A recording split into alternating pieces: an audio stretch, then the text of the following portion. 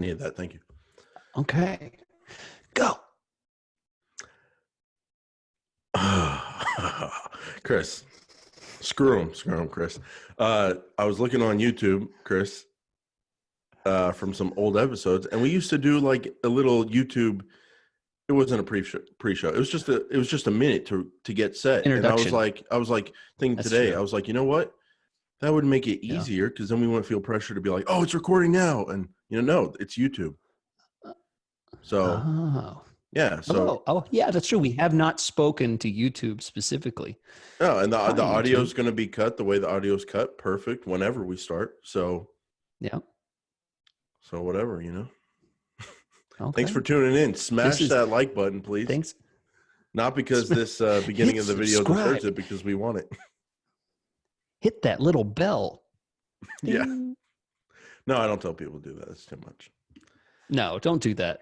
Don't bell us. Mm-mm. It's one of those days, Chris. Just getting it out of the way. One of those days. Q&A. You ready? Yeah, I'm ready. Jimmy, do you want a turkey almond salad today? Yes, I do. Thank you so much. Thank you. Jimmy! Yes, I'm right here.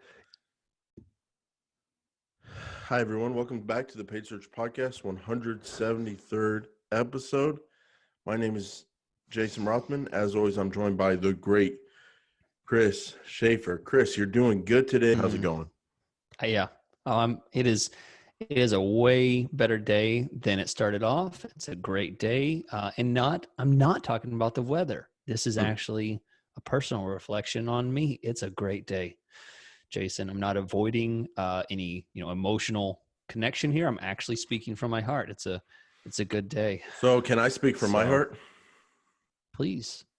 I put a lot into that forum.paidsearchpodcast.com. Oh no. And I've got 102 friends on there as members, but one of them sucks. And you suck, Chris.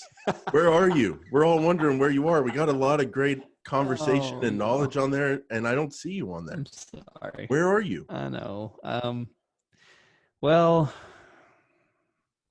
I don't really have an answer. I just don't go. I did it one week. Remember, I wrote the note. Look, here we go again. Look, I'm going to write a note. Check forum, just like before. I wrote the note before, and I'll do it again. Do me a favor so it connects at a deeper level. Boom. Instead of check forum, can you write this note? Be a good podcast partner. Chris, I'm going to ask you something. Do I not bring home the bacon for you? Jason, you bring home the entire pig, and yeah, absolutely. All right, thank you. But then, what do you do for me? Well, I provide the eye candy. I thought is what we had established. I'm here to provide for the ladies. That's what I'm here for. You really are. So I can imagine. You really might be all looks. Like, is there anything between those two ears, or your whole life have people just made it easy for you because they like to look at you? It's the beauty. My beauty has made life. Let me ask you a question. Easy. When you were a freshman in high school, why did a junior date you? I just don't know. Like, how did you do that? I didn't question it. I just, this is what happens. This is the way it is for everybody, huh? That's what you thought. Yeah. She was wonderful. Yes. Well, good for you. She was very grown up and it was so different from my young classmates. I had a guy in my high school who was a year younger who dated a girl in my grade. I didn't like him very much. I resented him. And I still do to this day. Oh, yeah. I still do to this day. And I know where he works and I know what he does with his life. And like, if he ever needed help or anything, and I was in a position to help him, like if I worked at a company and we were deciding to hire him or not, and he was totally qualified and everything was perfect about him, and he would help the company make money and help me make more money, I would make sure he did not get hired. I would penalize him for what he did to me in 12th grade. Yep. Because I haven't let that go. So Chris, don't know. Okay, buddy, we are doing a Q&A today. I think. Are we doing a Q&A at some point? We're doing a Q&A. We're still doing it. Why don't some point you kick us up with Opteo, and then I'll finish up with Directive, and then we'll read a review and we'll get into the Q&A. All right, guys, you heard the man.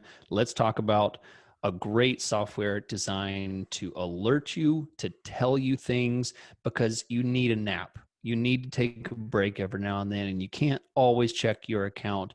Opteo, opteo.com/PSP will give you alerts in your email. It will tell you ideas. You're coming back fresh. It's 7 a.m. You're sitting down at your desk. You don't know what to do. You don't know how to handle today's crash on your conversion metrics. What do? Opteo has your back. They have a great interface, lots of colors, charts, graphs, ups and downs, arrows are pointing everywhere. It's really cool. It's completely different from the Google Ads interface. You'll like it. Give it a 6-week extended trial, exclusively available for the PSP listeners. So you go at opteo.com/PSP, tell them in the chat box, say, hey, I'm a PSP listener. Can I get a 6-week trial for free? They'll say, absolutely. Try it out. You'll like it. Thank you, Chris. And I want to thank Directive Consulting. Directive Consulting is the go-to B2B search engine marketing agency. You deserve more. One of the things I know about Google Ads is that every single campaign is different. Every industry is different. Everything is different. So what a guy who sits in his 15,000 square foot prison cell house does for a moving company that spends $1,000 a month on Google is totally different than what an agency does for an enterprise business-to-business client with a large budget, with a need to get a ton of leads, quality leads, and options to go on all the different platforms, including SEO, pay-per-click, social media, landing pages, analytics, digital PR. You have a need for all those services. You got to figure out which one is going to get your enterprise campaign the kind of leads you need, the quality, and then be able to scale it. That's what Directive does. You can go to their website. You can see the proof. Look at their case studies. Look at the brands they've worked with. Look at their service list. It's just all inclusive.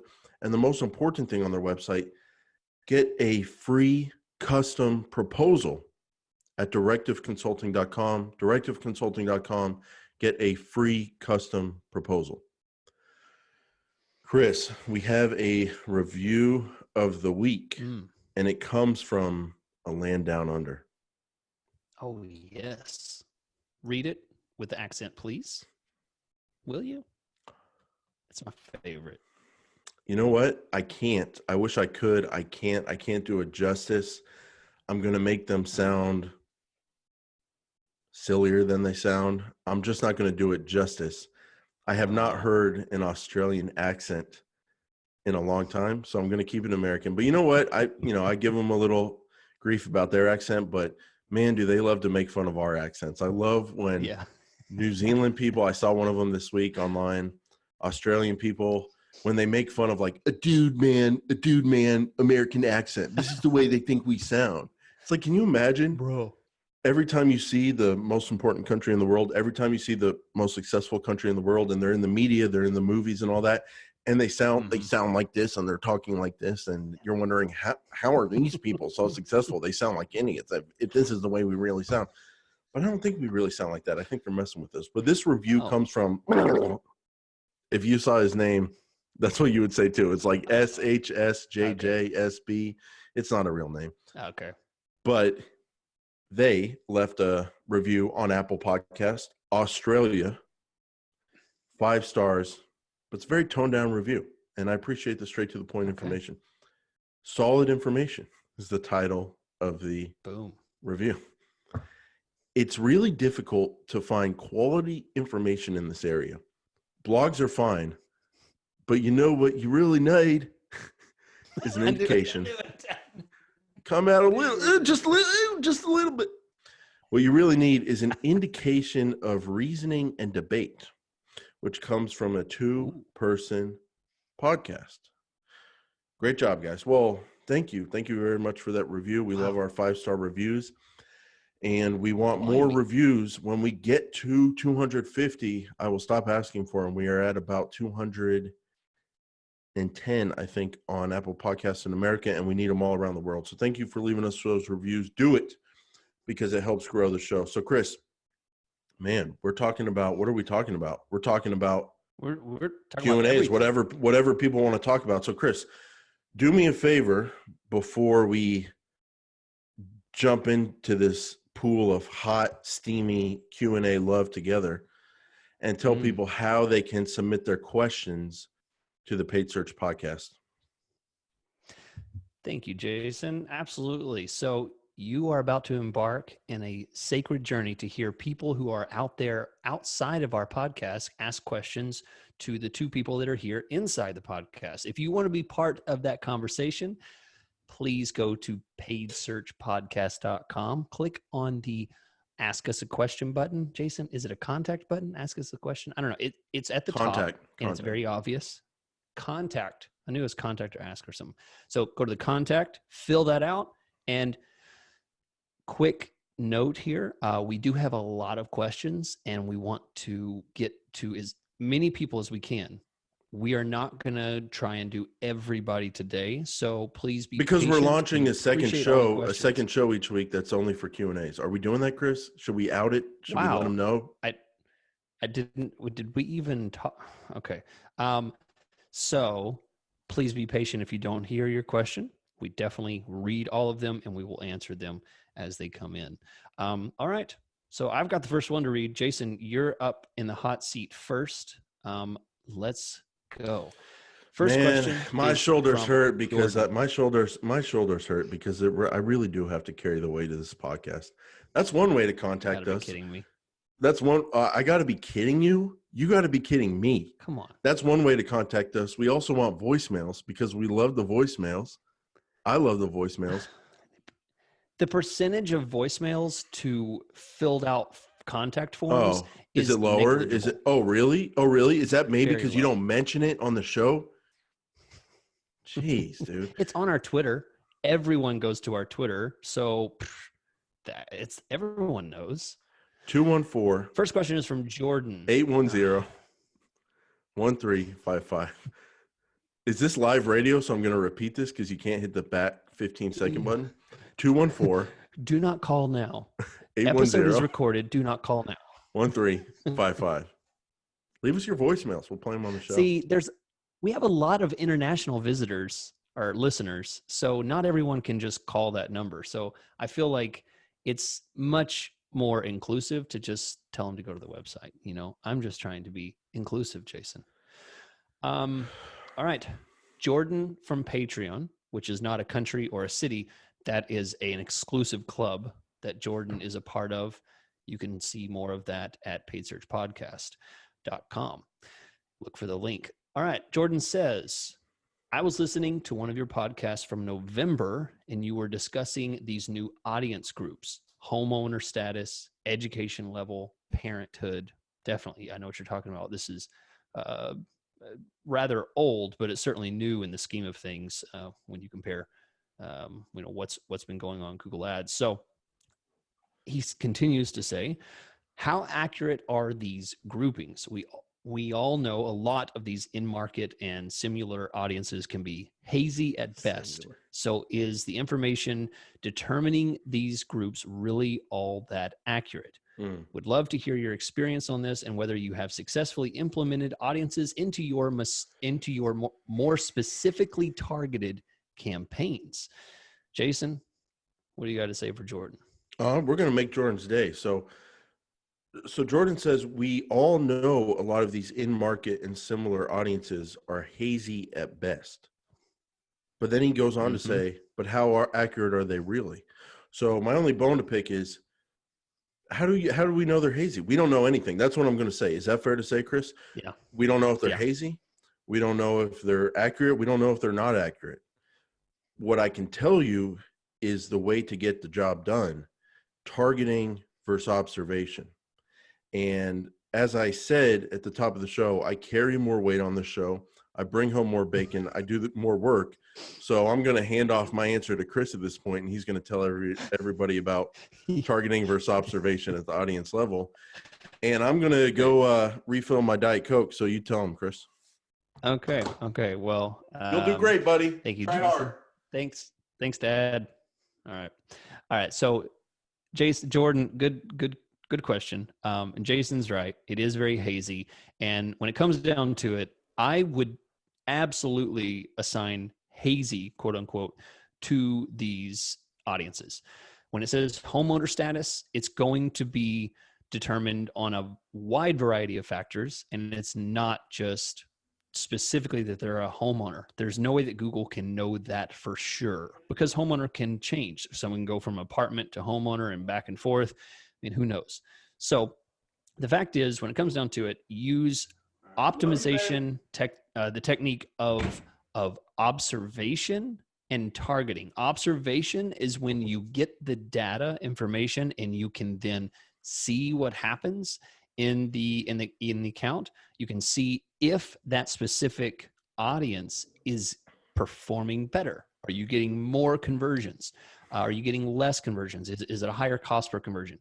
At the observation level, it just gives you the data. If you're doing a targeted audience, now this is much more exclusive. And I would never recommend you start off a campaign with no data at the targeted level, because you immediately limit your campaign to a fraction of what you would potentially get. If you had moving services near me as a keyword, and then you targeted only homeowners, you're going to wonder why your CPC and your impression volume your impression volume goes down, your CPC goes way up, because the number of people that you can serve that ad to has been cut in a tenth. I mean, I don't know. I mean, it's tremendous volume less than what you get before. So on the safe side, start with optimization using, start with observation and optimize based on increasing or lowering the bids. That's what I'm going to say. Chris, great answer. And do you agree with that we really, as users, really have no clue where this data comes from, how accurate it is or not, but it's cool that we have it at our fingertips, so we should try it observation level. Isn't that like the only answer? Yeah. Okay. I think if these names were more correct, they would say homeowner, like at the end, you know, homeowner question like mark. Every single one is like, well, no, Parenthood, so now you're making a judgment call. So you are saying you don't think they're 100% accurate. No, okay. Not because okay. Here's what we consider accurate. Either way, think about the things that we consider accurate. When we talk about Google Ads, we talk about the position of a person. We talk about the time of day. We talk about search terms. Yeah. Like these, we know are very close to factual, especially search terms. We know they're 100% factual because that's what they typed, and that's how the system works.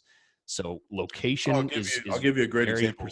What if a realtor is going to a ton of different websites with analytics code on them or whatever about home ownership and Zillow and all that, and then what if they're doing a bunch of Google searches about homes for sale in this zip code, homes for sale in that city, and they're doing it all day long?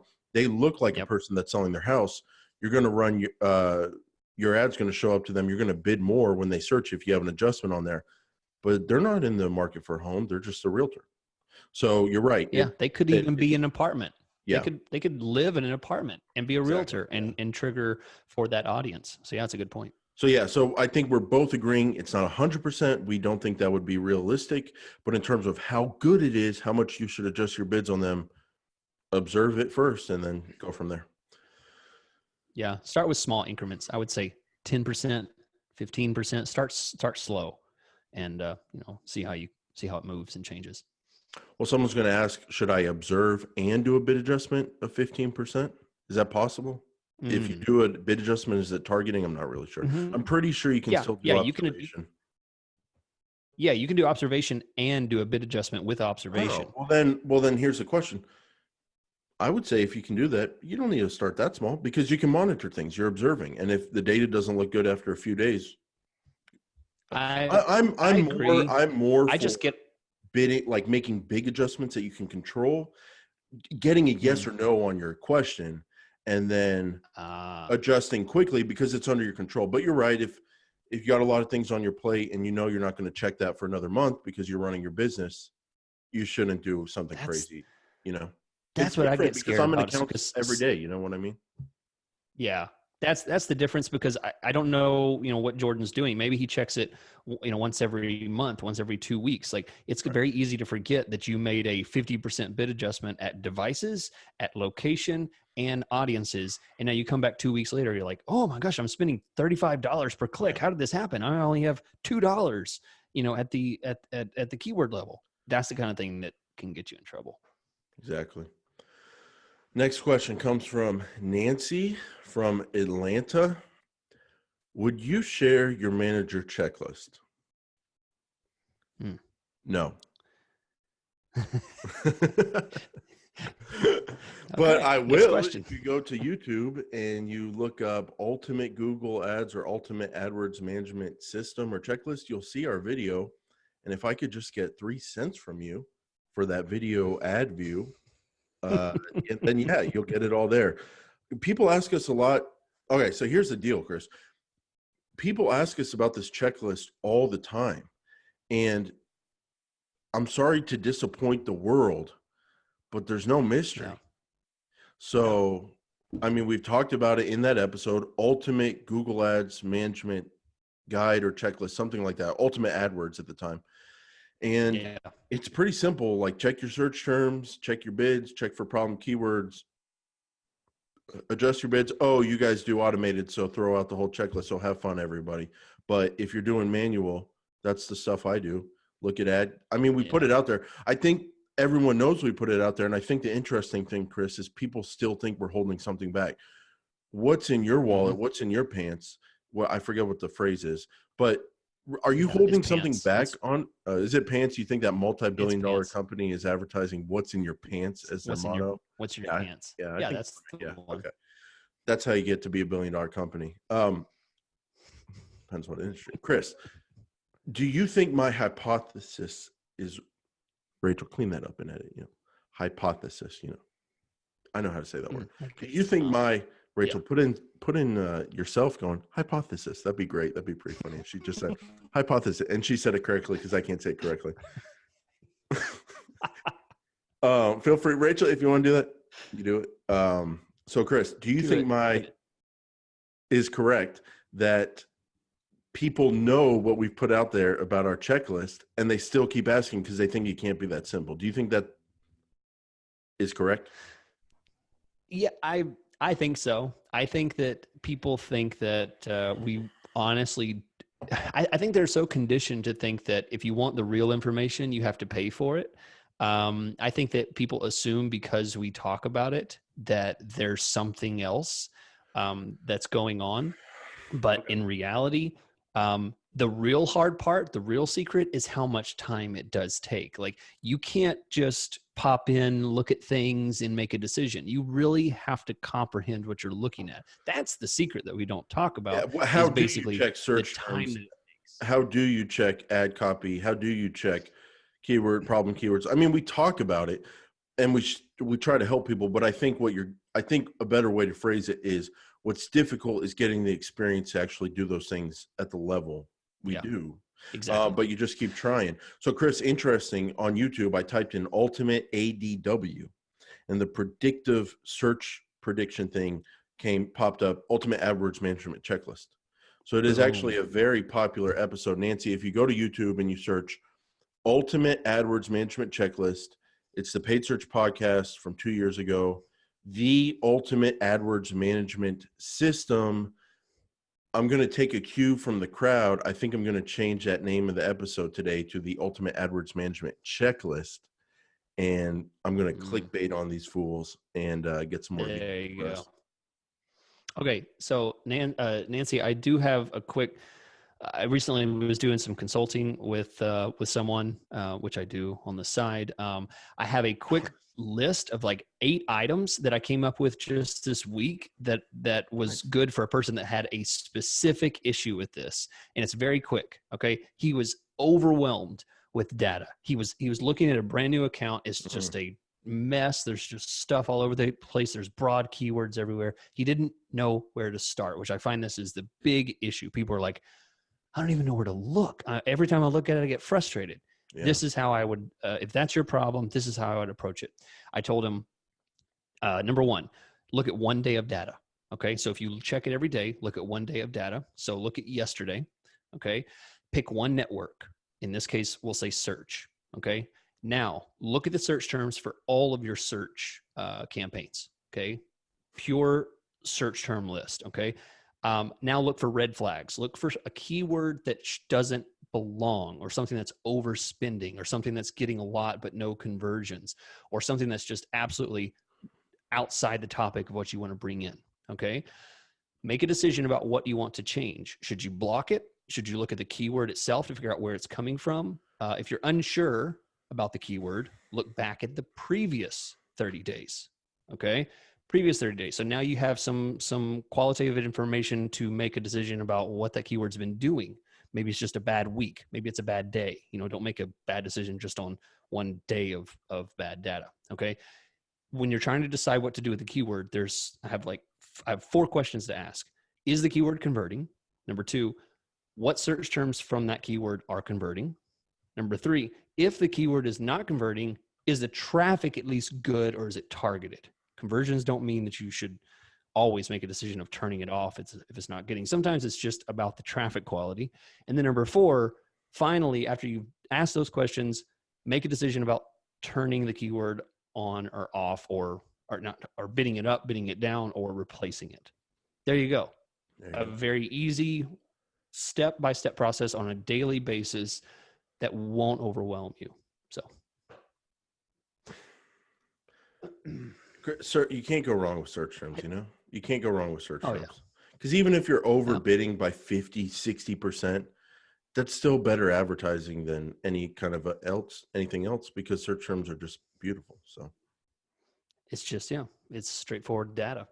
All right. Now I just realized this next question is from Nancy from Atlanta, Georgia. I assume it's the same Nancy. I don't assume that. Okay. Yeah. Give the 2 of them, give her, it's probably one person, give them both questions. Let's do it. Let's double up. Yeah. Okay. There we go. I have a restaurant, a wood-fired pizza restaurant, that wants to promote their catering service. The problem is that all of the party, event, lunch, dinner, pizza catering keywords have 0 to 10 searches per month. Jason, this one's yours. If you didn't read the question ahead of time, I can't.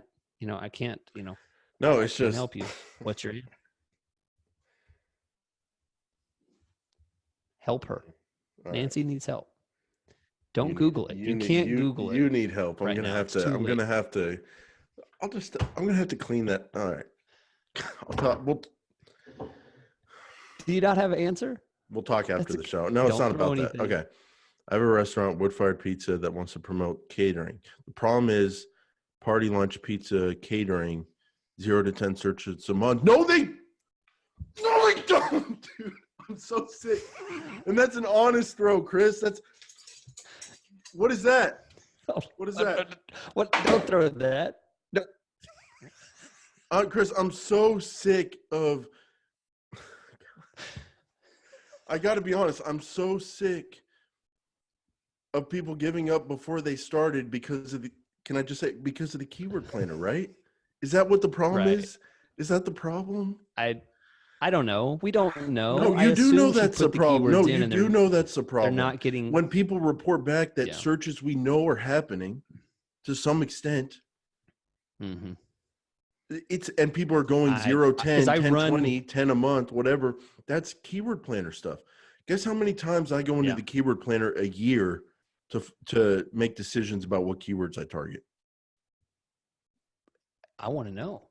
How much has it changed? Probably for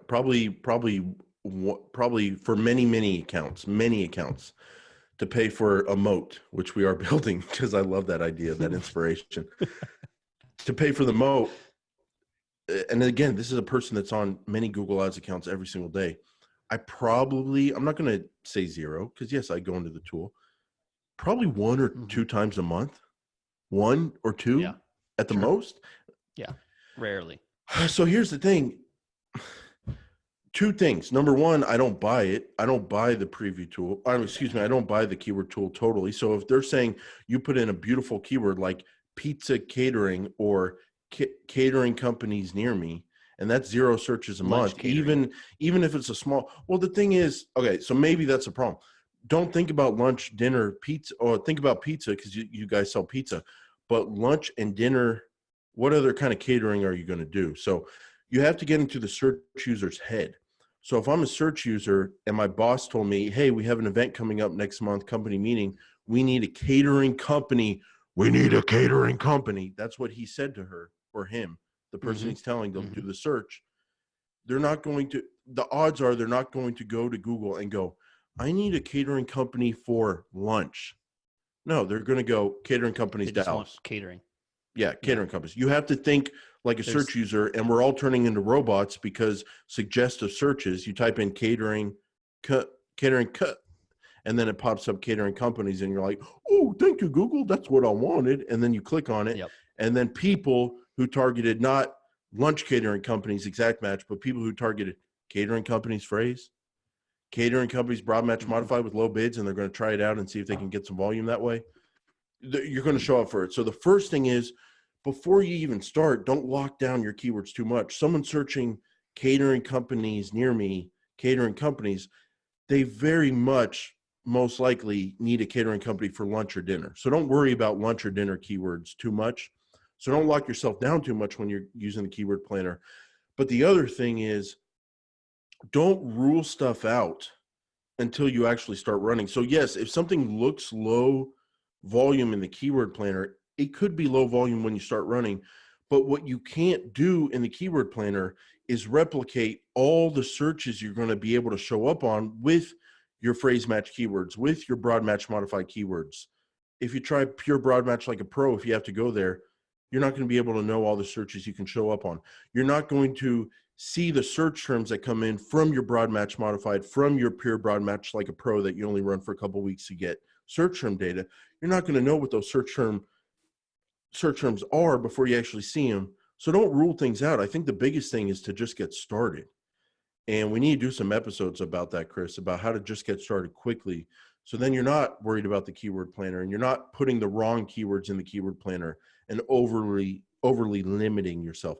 Chris, this hits a sore spot for me with the keyword planner shutting down campaigns. But do you think I'm on to something here?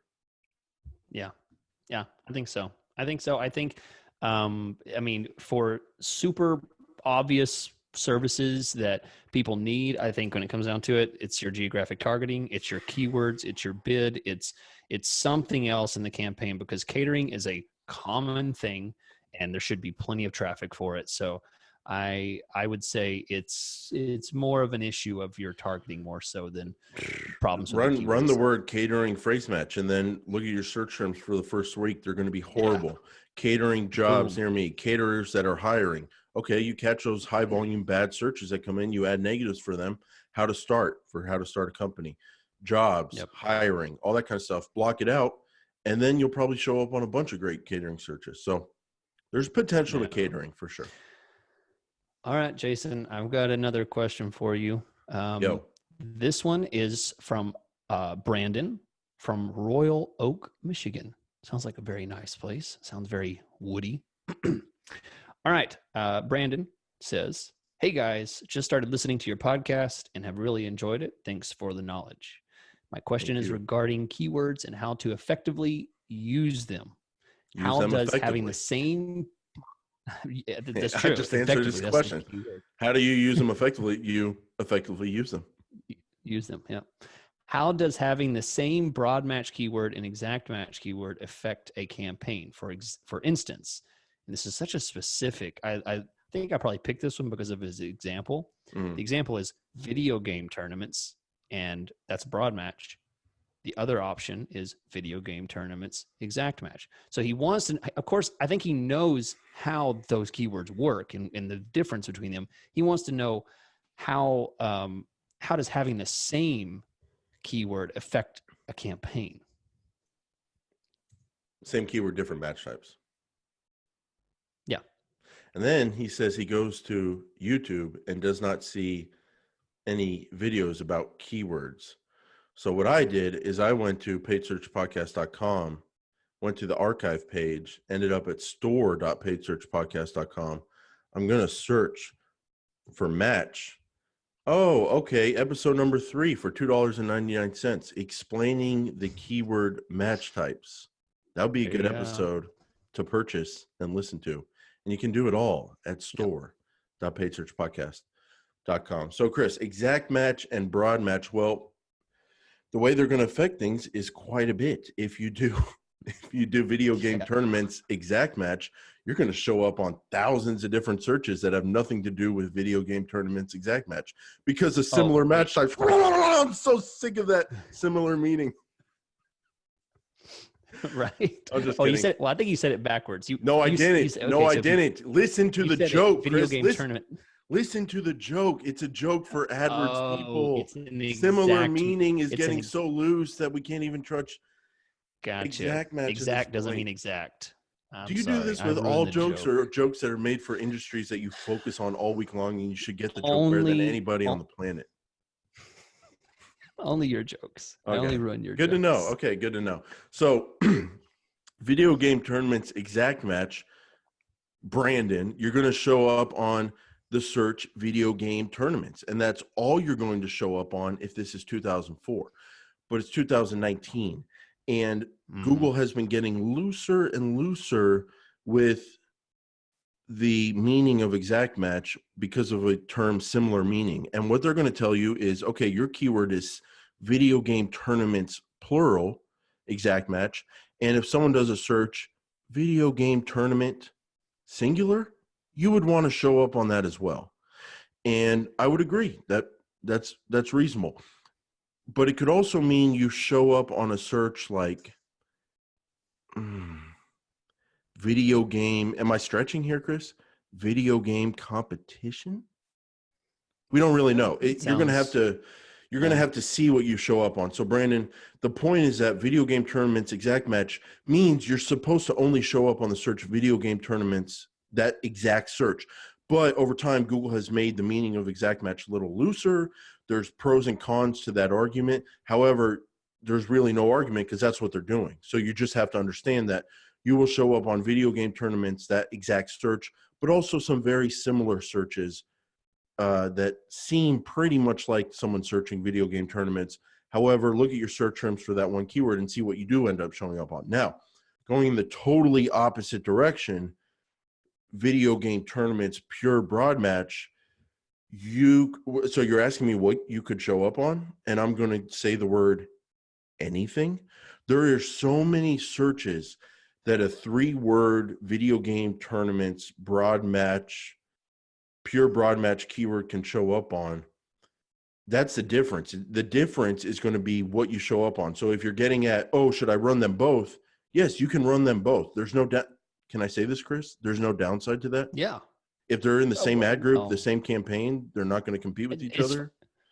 To our knowledge, you're not really going to I don't worry about that. Even if it's in different ad groups, if it's in the same campaign, I'm not worried. I think people who are asking the question, am I competing with myself if I put a broad match, pure broad match next to an exact match? I think they're asking the wrong question. The question that they should be asking is, how does it affect the campaign metrics itself? And the fact is, assuming you do automated bidding, it's going to affect the fact that the video game tournaments probably isn't going to get anything. And you're going to get a whole lot of all over the place. Dude, that's why this is a great podcast, because we both come at things in a different direction. So what I was getting at, just to wrap up what I was saying, search terms, video game tournaments, pure broad match, you can show up on a ton of stuff, and you got to be very careful. You're going to show up on things like arcades near me. What was the first video game? How big is Mario's? Now, did Luigi ever? No, you're going to show up on a ton of different stuff. But you'll also show up on some relevant stuff like video game tournaments. You could show up on that. Now, that's where my head went to search terms. But Chris, your head went to which keyword's going to get the clicks and if it's on automated bidding. And can you explain that? Because that's so genius. That's a totally different direction. Well, it's a totally different concern. It's a real no, Chris. I'm not being facetious at all. I'm being legit. I was focused on search terms. But which keyword gets clicks is a totally another issue that comes up from running two different keywords with totally different match types like that with automated bidding. So please expand on that. I'm being serious. That was a great point. I think, I mean, exactly what Brandon said in his question is, how does it affect a campaign? And I think the answer that I would say is it affects the fact that your search impression share will never be what you would hope it to be. You would never effectively have a complete coverage of a certain geographic area, because you would constantly be showing up for a lot of things. But you're like, look, I have these super high bids on never these ending, exact never match ending. terms. Never ending. But every time you sort by clicks, it's going to be the broad match terms are going to be taking over. Everything's going to be broad match terms. You're never going to beat a broad match, an exact match. Let me say it again. An exact match term is never going to beat a broad match keyword in total volume. It just doesn't happen. On automated bidding. The same word as a broad match. Yeah, exactly. Thank you. On automated bidding, it's never going to beat it. So it's going to affect your search impression share. It's going to affect the quality of traffic. It's going to affect your click-through rate, your cost per click. All of this stuff is going to be affected. So what does it affect? Basically, it affects everything. Everything from quality of traffic to impression share. So then Brandon's going to go, okay, so you guys are telling me how different things are going to be, but you're not telling me what I should do. So if he wants to show up on a search like video game tournaments, should he do exact match video game tournaments and pure broad match video game tournaments starting out a campaign? I'm going to say no. Yeah, I would say no. I would say if you're starting out, suggest broad match modified. Start with at least, video or just like what I would do if this was my client. The first thing I would do is I would do probably video and then put a modified broad on game and tournaments and start there. And then narrow down. But I would put a lower bid on video game tournaments modified broad and a higher bid on video game tournaments exact match. That's how I would start. And if you're not getting the kind of volume you want, there is a reason to do pure broad match, but I would recommend our episode how to use pure broad match keywords like a pro, because it is like it's a big deal to use those. But Chris, let's just wrap it up. I would even go as far as video game tournaments, broad match modified. The only thing you modify is the word tournaments, because if they want a ton of volume and see what searches are out there, let me just put to you this way. I would not be happy with my search terms on video game tournaments. The only word modified is tournaments. I know I would get some bad stuff that I'd have to clean up, but that broad match modified keyword only modifying the word tournaments versus a pure broad match keyword with no modifiers, that is night and day. That is a world apart. Would you agree with that?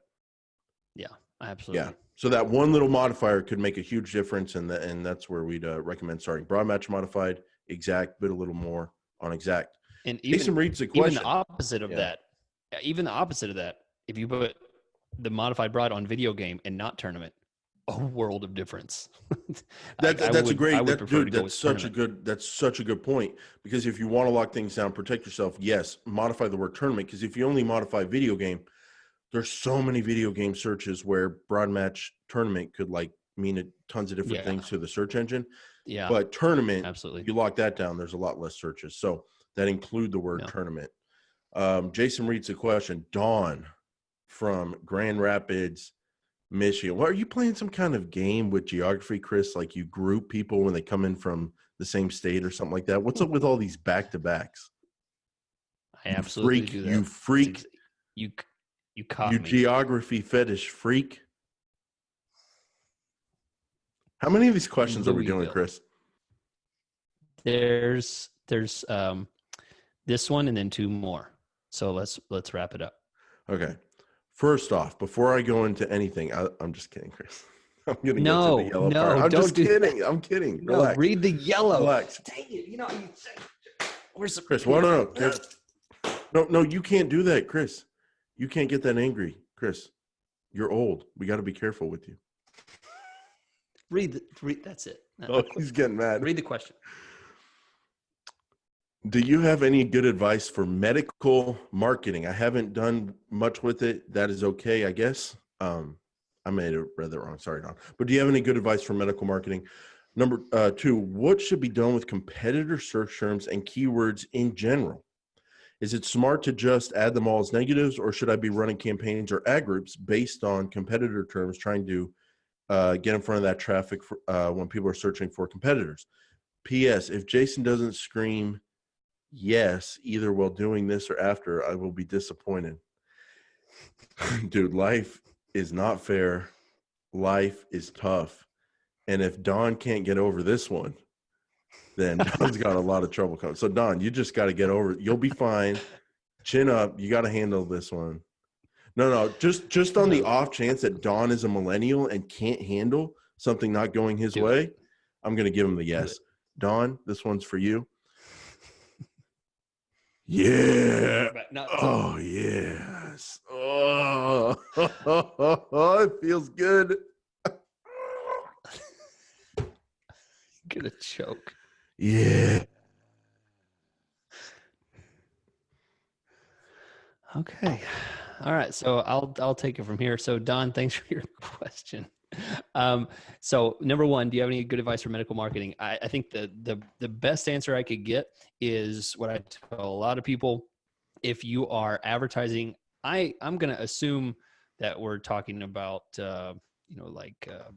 medical as in you're trying to reach other medical businesses. I'm not entirely sure, but the thing is, don't assume that you have a ton of traffic out there that's going to be valid traffic. When it comes to medical marketing, whether it's a business to business medical marketing or if it's just medical period, when it comes down to it, tons of traffic exists, whether you're doing B2B or B to consumer. So be very careful about volume, because you can spend a ton of money on unqualified traffic, whether it's one or the other industries you're going after. So that's the biggest thing I have to say is consider being as precise as you can be, because there's a lot of searches for what is this, I need a doctor for the growth on my toe, there's just so much out there that you got to be really careful. Okay. And then number two, I think we've said this before, this is just my general thing, unless I have specific reasoning to show me otherwise. So you can always test it. But for me, I hate competitor searches. I keep them out of my campaigns. I don't like them. They spend money. And when they get conversions, do you know what I hear from the client? Hey, Chris, we keep getting phone calls about, is this Joe's Auto? And we're not Joe's Auto. I don't know where these are coming from. You know why that's happening? It's because in the search terms, people are searching for Joe Auto phone number. Because their freaking car is already at Joe's Auto shop in the garage getting worked on. And he's calling to see when it's going to be ready.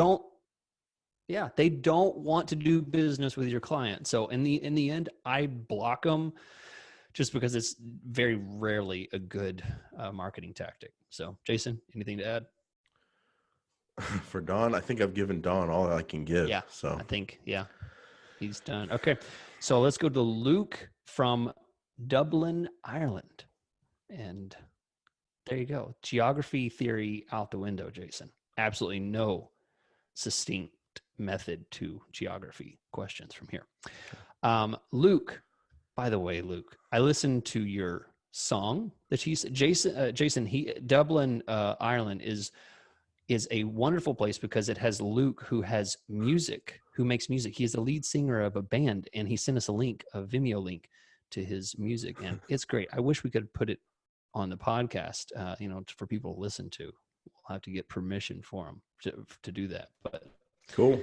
Anyway, we can't share that right now. But he says, my main question to you guys is, do you think a band/artist can use PPC effectively to reach certain goal campaigns? For example, YouTube hits on music videos, or Spotify hits, or even a PPC campaign for concert tickets. Jason, I personally have only done a couple music clients in the past, so it's not very common. Whoa. What do you think?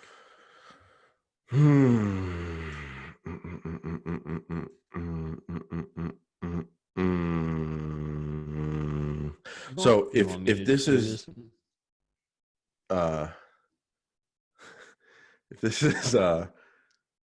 you're gonna love this. If this is 1996, okay, and Backstreet Boys is out there a little bit, and I am running and managing NSYNC. Okay, just bear with me. Rachel will clean up that. We have 10 seconds. Bear with me.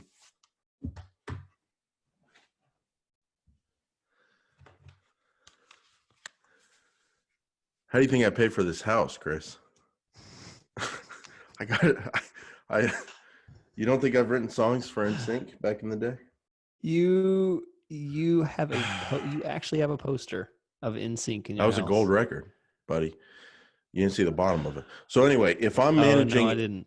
If I'm managing NSYNC and it's 1996 and Backstreet Boys is out there and we have a marketing budget, you're going to love this, Chris. We're so similar to Backstreet Boys in terms of who our fans would be, and they're established a little bit more than us, and we're brand new, and we want people to know about us. And I'm not trying to get a conversion or someone to fill out a lead form on a website, and I just need to spray the internet and let people know that if you know about Backstreet Boys, you need to at least know about NSYNC right now. I think there is some method to that madness there. You can get in front of people, YouTube videos, display, all that kind of stuff for certain demographics and all that. But for like a local band, I don't really know, to be honest. Like I don't see a lot of like someone searching for like rock shows in Dublin this month, or rock shows coming up in Dublin, and then you putting an ad there and paying $3 for that click, and then on that visit someone buying a $20 ticket. I don't see it. I would say, but if you had to do something, I guess YouTube is what comes to mind in terms of like getting your videos in front of people, and then people are at least going to see them, and then you can control a low cost per view, and then just kind of see what happens. But that would be where my inclination would go, is YouTube. Figure out who your demo is, figure out if they're male or female, figure out what age range they are, figure out what kind of music they like, run some YouTube ads, in-stream ads on similar music, and get in front of people in a very localized geography. That would be my advice, Chris. I don't know how effectively that would work, but because this isn't lead generation branding, or advertising. This is branding advertising, and you and I would say it's safe to say we don't really do that. We're more into getting people, someone to call, someone to fill out a lead form on that click. But yeah, so the idea is, basically go for it. I would suggest that. I don't think concert tickets is a good idea, because then we're talking about cost per acquisition, and it's really tough to do event marketing and get a return that's worth the spend that you've done. Yeah. I think in the end, most people just don't search like, what, tell me a random band that I don't know and I'm going to go to their concert. That's just really not going to. The thing I worry about is tracking it. Like, even if they do buy a ticket in 2 weeks after learning about your music and figuring out what kind of music you do, for the AdWords person, it's untrackable. So, I mean, it seems really hard to track, I should say. I think for this last one, I'll read this because Jason, I think you probably have more to say. So I'm going to read last question from Sarah from London. And before I do, I want to mention Opteo, who is a great online software to help you take your Google ads to the next level. Alerts over email, alerts in their interface, colors and charts and graphs and all kinds of things to help you get inspired to move beyond the basic. You're only achieving basic. You want to get further? Go to the Opteo level, opteo.com/PSP. Thanks, Chris. And I want to thank Directive Consulting, directiveconsulting.com. As you have heard in this episode, there's tons of different strategies for tons of different types of businesses and campaigns. And what Directive does great is B2B and enterprise campaigns, SEO, pay-per-click, search advertising, social media, digital PR, landing pages, content. They do it all. If you have an enterprise or B2B campaign, contact Directive Consulting. Get a free custom proposal, directiveconsulting.com. All right, Sarah from London. Hi, Jason and Chris. Thanks so much for the great podcast. It's really helped me out a lot in the past. My question is, would you recommend using Google Ads to promote a podcast? My company, an online publisher, is launching a new crime podcast, and I've been asked to set up PPC ads for this. So, Jason, I'm going to spare you the first question. Does it seem like a good idea to do it? Obviously, if you say no, she's still going to be tasked with doing it. So I feel like her question should be, she needs some suggestions on making it work well for her. So one of the themes tell her boss no. One of the themes of today's episode has been Jason is great, Chris. And in terms of carrying the show, weight on the shoulders, bringing home the bacon, doing extra work for the show, hitting up the forum, and some other things. He's actually mad today, so we're going to have to fix this after the show. It's all for the show, buddy. Take it easy. No, Google supercharge your podcast growth by using Google AdWords. It's a article on Buzzsprout that I wrote, and we both have a byline on there, and I don't resent it to this day. And I kind of explained some different strategies for advertising your podcast on Google Ads, and we go into all the different things. I mean, there's strategies for search, there's strategies for display, there's strategies for YouTube. And I think the biggest thing for me is, you said it with your own words, Sarah, you guys are doing a new crime podcast. So the deal with podcasts they're so segmented that in terms of giving you advice, that article kind of goes over different channels, the way you can use them.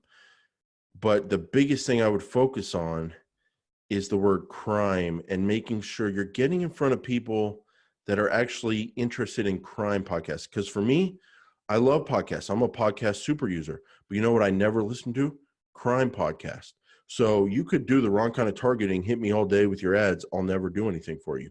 So you got to get people that are into crime podcasts. How do you do that? Demographics. How do you do that? Different kinds of keywords. Maybe definitely do not target the keyword new podcast. Maybe target the keyword new crime podcast. Probably a lot of searches for that, or best crime podcast, or crime podcast. And you target America, there's tons and tons of searches for that. So start off with a really low bid, 11 cents, maybe something really small. Don't you think, Chris? Really small. Oh yeah. Maybe you try some display advertising with those kind of keyword contextual, see if you can find some great placements. But my thinking would be, get in front of people that are definitely into crime podcast. And then my other thinking would be, there's so much volume out there. Try to figure out how to get that low cost per click and effectively get in front of tons and tons of people for a small budget, or whatever budget you have. So I'd be laser focused on people who are into crime podcasts, and then laser focused on getting the most quality impression bang for my buck through low bids and using the super high volume out there to my advantage. Okay, that's it. I think that's an excellent answer. All right, Jason, we're going to jump over to our special Patreon show where we're going to answer 2 questions from listeners who ask about the management of PPC and reporting and some other in-depth stuff. So join us there. $2 a month if you're interested. paidsearchpodcast.com. Look for the link. Otherwise, we'll catch you guys. Hey, Chris. I love you.